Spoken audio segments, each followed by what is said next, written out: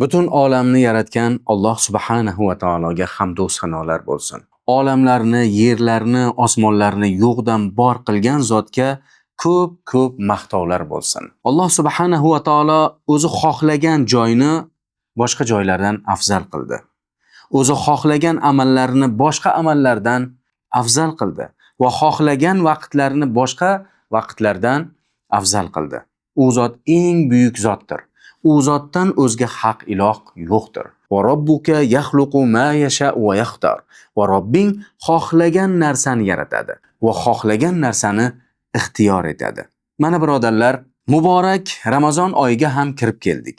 Biz Alloh subhanahu va taologa itoat qilishimiz uchun bu oy ayni muddaodir.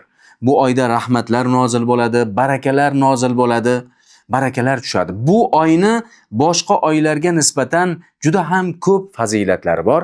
Azizlar, sizlar bilan bugundan boshlab bu oyni boshqa oylardan ko'ra fazilatlari haqidagi kelgan oyat va hadislarni birgalikda o'qiymiz. Alloh subhanahu va taolo bu amalimizni o'zi qabul qilsin.